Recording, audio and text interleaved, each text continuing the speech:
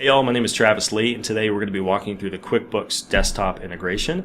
We have a really handy graphic on our front-end website that shows the information that's going to be sending back and forth, but the basic idea is that the invoices and bills you create within JobTread will create a copy over in QuickBooks with the pertinent customer and vendor information, and when those become paid over in QuickBooks, that would reflect back in JobTread as well. Another thing we send is the employee time, so if you're using time tracking within JobTread, those hours can port over to QuickBooks too. So how do we set it up? In your settings, under integrations, click on QuickBooks Desktop, and then just follow the instructions included here. But I do want to highlight how this integration is different from others. What we're trying to do here is we're trying to connect with a piece of software on someone's computer that doesn't have the capability of speaking to the internet. And that's why with the QuickBooks Desktop integration, you have to download a separate program called the QuickBooks Web Connector, which is the bridge that allows these two systems to sync. So to start, download this QWC file. That's the QuickBooks Web Connector file. It should open up the Web Connector automatically. But if you want a more detailed version of these steps, I recommend going into the help desk and going under searching for desktop. And then this will show you line by line, but actually a preview of what you're going to see over on the QuickBooks side as well. So essentially you're going to open the file, you're going to authorize the use of it. It's going to ask you to input a password. That's going to be over on the integrations page. We'll provide that password after you do this authorization step, and then it's going to ask you to input that password.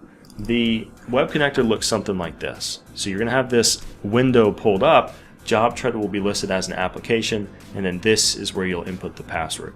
So when you're ready for it to sync, you would make sure the application is selected and you would say update. You can also have it auto run on the back end. For this to work, you have to have QuickBooks open as well as the Web Connector.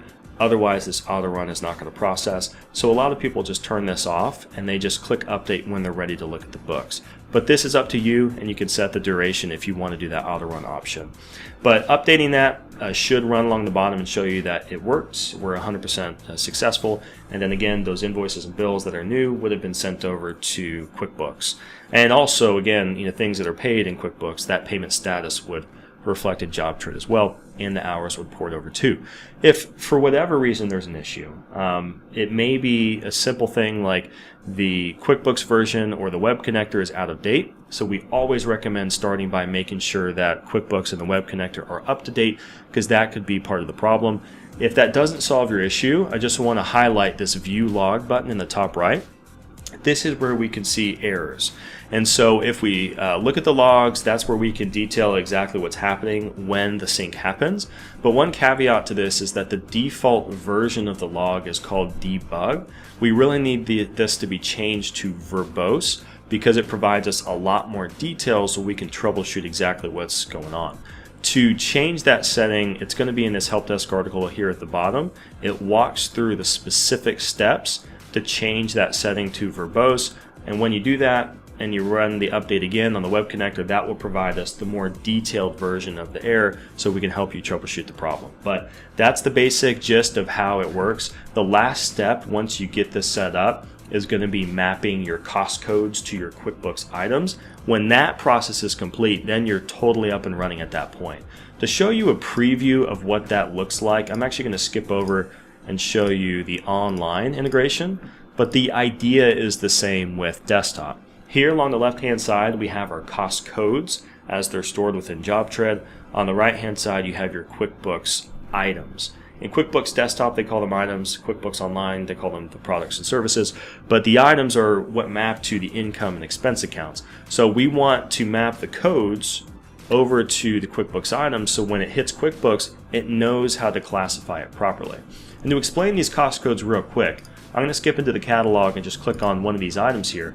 Notice we have an item name, and then we have this kind of back-end accounting code. The codes are what speak to QuickBooks, right? So you might have 50 pieces of lumber as different cost items in the system, but all of which would be tied to one cost code called framing material, for example.